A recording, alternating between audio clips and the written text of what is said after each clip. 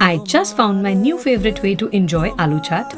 This smashed aloo chaat is so crispy without frying, has a silky pink yogurt base, and is packed with all the classic chatpata flavors.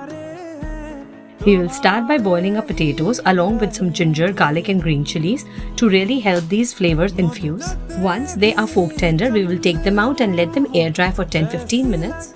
We can arrange these on a lined baking tray and gently smash using a bowl until flat. Brush these with ghee and sprinkle some salt and pepper before baking until golden brown. And now let's make a marinade. In a small bowl, add red chilies, chopped cilantro, spices and hot ghee. Mix it and our marinade is ready to coat on the potatoes. Once our potatoes are out of the oven, you will see they are so crispy and perfectly golden brown. Brush these with our chatpata ghee mixture and we are ready to assemble.